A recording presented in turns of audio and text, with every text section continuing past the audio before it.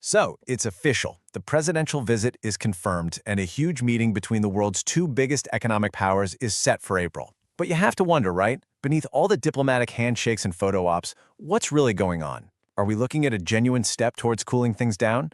Or is this just a clever move in a much bigger, much more serious global power struggle? To figure that out, we've got to look at how we got here and what is truly on the line. All right, here's how we're going to break this down for you. First, we'll run through the situation report. Basically, how this whole summit even came to be. Then, we're going to unpack the agenda, and trust me, it is high stakes.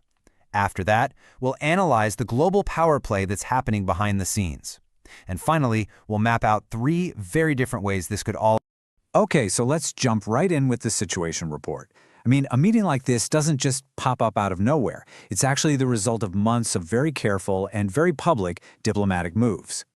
If you look at the timeline, this all really kicked off back in October of 2025. That's when we had the first phone call, where President Trump said he wanted to visit Beijing. That was followed by a really critical call on November 24th, where they started to lay out the big issues. Then, on January 9th of this year, boom, we get the public confirmation from the president himself. And all of that is what leads us to the main event, the big summit in China this April. But here's the thing you gotta understand. This April summit probably isn't a one-and-done deal. It could be the kickoff to a whole year packed with diplomacy. U.S. Treasury Secretary Scott Bessent has even talked about having up to 4 meetings in 2026. We're talking state visits back and forth, plus sideline chats at huge global get-togethers like the G20 and APEC. So this really points to a strategy of constant contact, not just a single meeting for the cameras. So that brings us to our second section, the high-stakes agenda.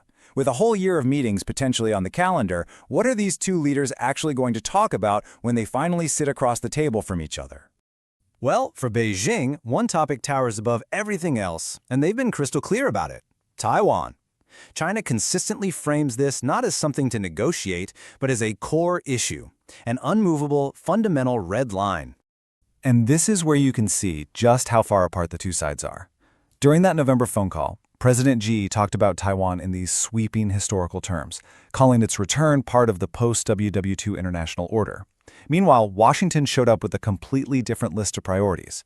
They're focused on the war in Ukraine, for sure, but also on 2 issues that hit really close to home: the fentanyl crisis and getting U.S. farm goods into the Chinese market. And you can bet those points are aimed squarely at voters back in the States. And yet, even with these wildly different priorities, this is what we hear from President Trump.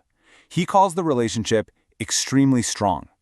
So the million-dollar question is, how does that personal chemistry bridge such a massive strategic gap? Is it a real tool for getting things done, or is it just a way to paper over some serious cracks?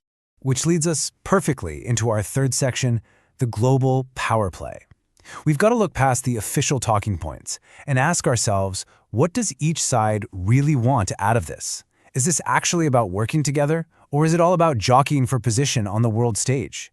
So here's what it all boils down to. Are we about to see a real attempt to hit the reset button and lower the temperature, or is this just the opening scene of a new, maybe even trickier phase of their rivalry, all played out for a global audience?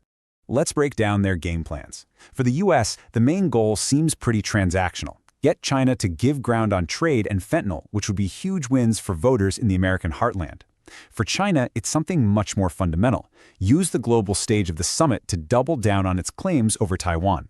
As for secondary goals, the U.S. is trying to manage the global chaos around Ukraine, while China just wants to stabilize a relationship that's become, frankly, dangerously unpredictable.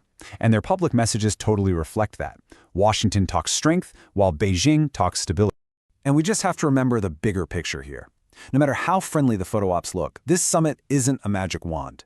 Behind the handshakes, the deep, fundamental competition for global influence, economically, technologically, militarily, that's not going anywhere. These talks are just one chapter in a much, much longer story. So that leads us to our final section, 3 possible futures. When you consider all these competing agendas and clashing strategies, how could this whole thing actually play out after April? We see 3 main ways this can go. The best-case scenario is de-escalation.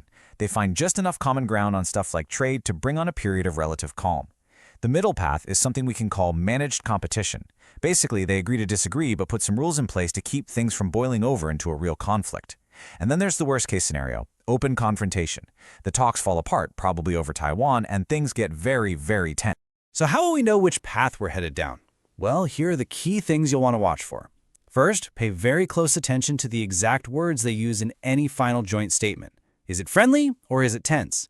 Second, watch for any military movements around the Taiwan Strait. Third, look for any new trade policies or tariffs that pop up after the summit. And finally, see if those follow-up meetings actually get put on the calendar. That'll tell you everything you need to know about whether the talking is going to continue. Which leaves us with the one final question. Years from now, when we look back at April 2026, how will we remember it?